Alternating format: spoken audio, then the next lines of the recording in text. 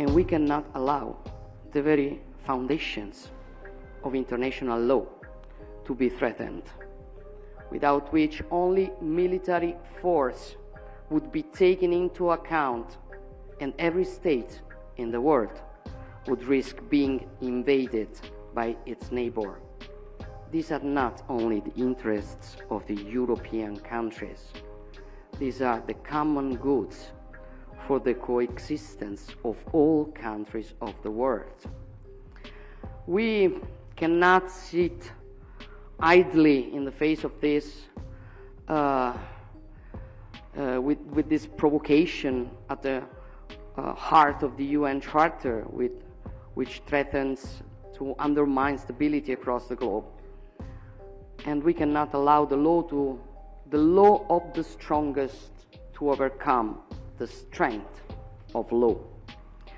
I know that there are many who feel that Europe has in the past failed to acknowledge that the world's problems are also its own. And perhaps until the past few years, our geopolitical stance has been less vocal than it could have been. This is no longer the case. And initiatives such as the EU strategy for the Indo-Pacific demonstrate that our views have indeed broadened. Regional affairs rapidly turn into global affairs in today's interconnected world. And unfortunately, Europe's problem today has become the world's problem.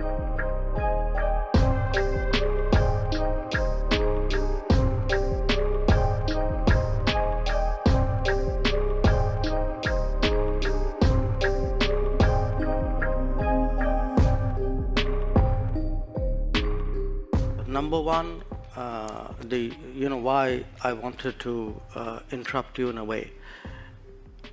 I mean, I'm partly reacting to the previous observation.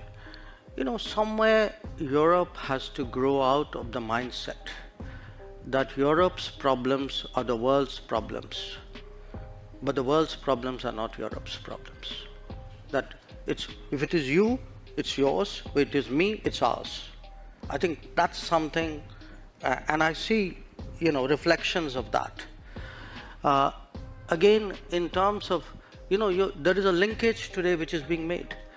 A linkage between China and India and what's happening in Ukraine. So come on, guys. I mean, China and India happened way before anything happened in Ukraine.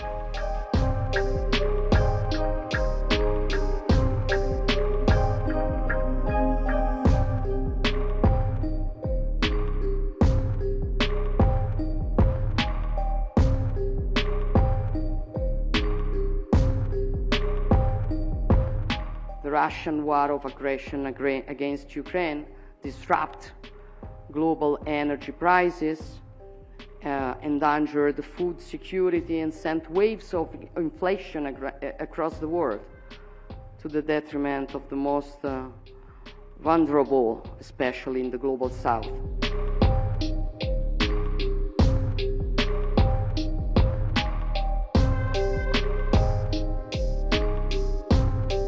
We met here in Delhi roughly 1 year after President Putin launched his war of aggression on Ukraine, and 1 week after 141 countries voted in the United Nations General Assembly for a resolution that expresses support for a comprehensive, just, and lasting peace, in accordance with the United Nations Charter and its principles of sovereignty and territorial integrity, and deplores the human rights and humanitarian consequences of Russia's aggression. Not a single G20 member voted with Russia to oppose that resolution. The Chair's statement by India today reaffirmed the declaration issued by the G20 leaders last year in Bali, which, and I quote, strongly condemned the war in Ukraine and stressed it is causing immense human suffering and exacerbating existing fragilities in the global economy, end quote. Russia and China were the only two countries that made clear that they would not sign on to that text.